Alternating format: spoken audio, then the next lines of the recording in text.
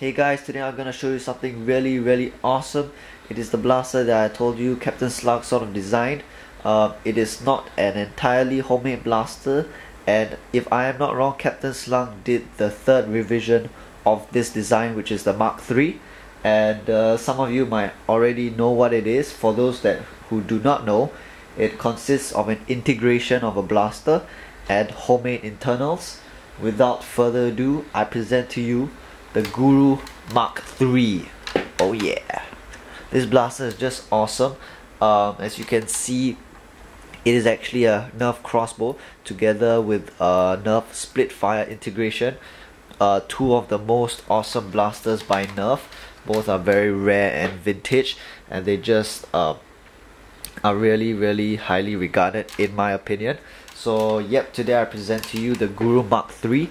This was produced in early 2009 by Captain Slug, and I'm not sure whether he came up with the actual first two versions of it, but if I am not wrong, the first two versions involve a lot of hot glue for the integration and actually did not have homemade internals. So for the Mk.iii, the main difference is that the Crossbow sports homemade internals, and the Splitfire integration at the front is not held into place by hot glue or any adhesive.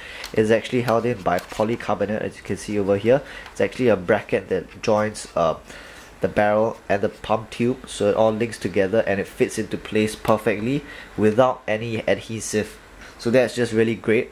In case you are wondering, this is not the modification I have been working on. In fact, this blaster is not even mine. It belongs to a fellow nerfer from the Singapore forum.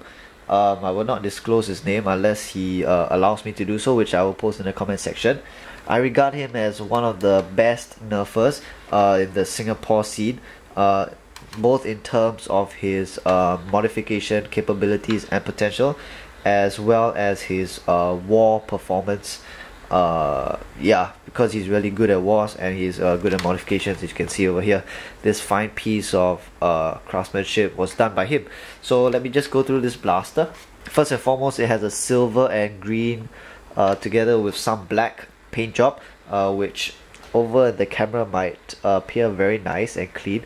However, it is a bit spotty, which he did mention to me. It was because I think he was short on time or something.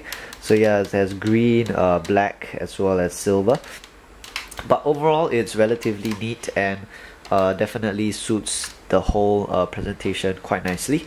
Splitfire at the front has PETG barrels together with a polycarbonate spacer. Pump has been plugged, and yep, so all this has been integrated very nicely and cleanly.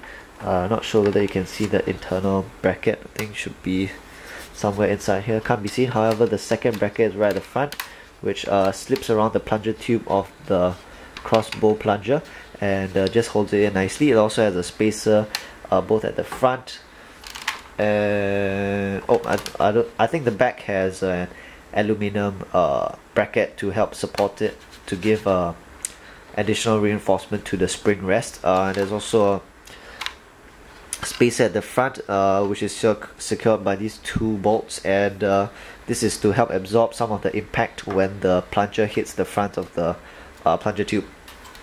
On the top, there's an integrated chopper, which is a angled hopper clip, and this leads to this ball valve, which can be and the clip can be reloaded via this slot over here, which has been nicely done as well.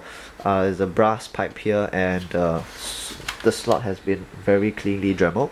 So yeah, this is just great, superb work over here. Plunger rod and handle is polycarbonate, and it's just a sole plate over here. There's no full square or rectangular handle or anything like that. So majority of the internals were actually done by him. He did the trigger, some of the polycarbonate work. A lot of it, all this was done by him, and Captain Slug did not upload any of these templates online, so he actually had to craft them out all by trial and error and based on his own measurements. So he had to go and find out how big all these pieces should be and how much he should dremel and cut out in order to fit everything nicely. So yep, I really respect him, and I think he really did a great job on this. It looks remarkable. Okay, and now to the interesting part of the video. Obviously, the firing test. However, it is quite late at home now, so I don't want to fire it too many times.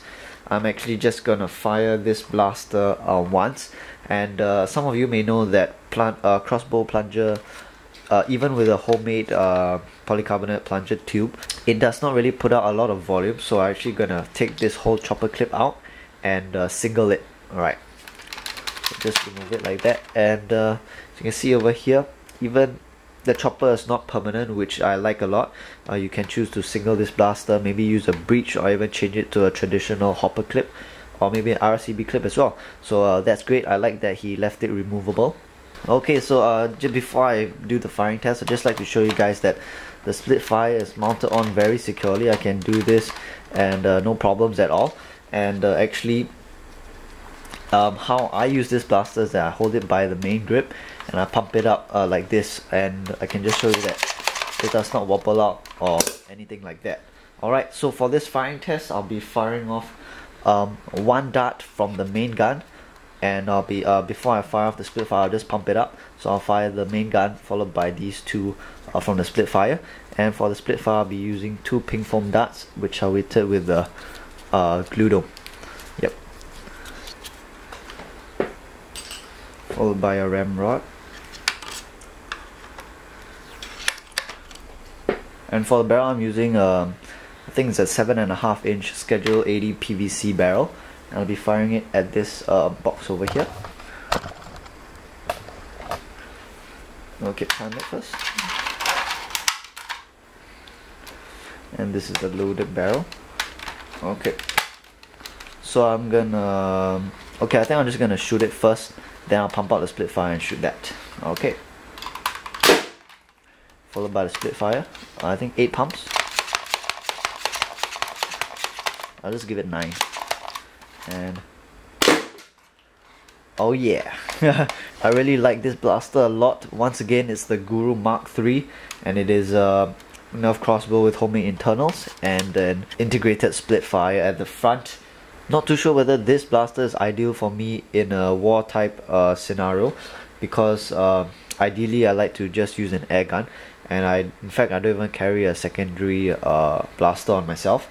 So I'm not too sure how this blaster will perform in my hands, but I have seen him use it before, and actually it works pretty well. So yep, hope you guys enjoyed this treat. It is not every day that I show you something this awesome. And yep, once again, it's not done by me, it's done by another fellow nerfer. So mad props to him, and thanks to him for letting me review and show this to you guys.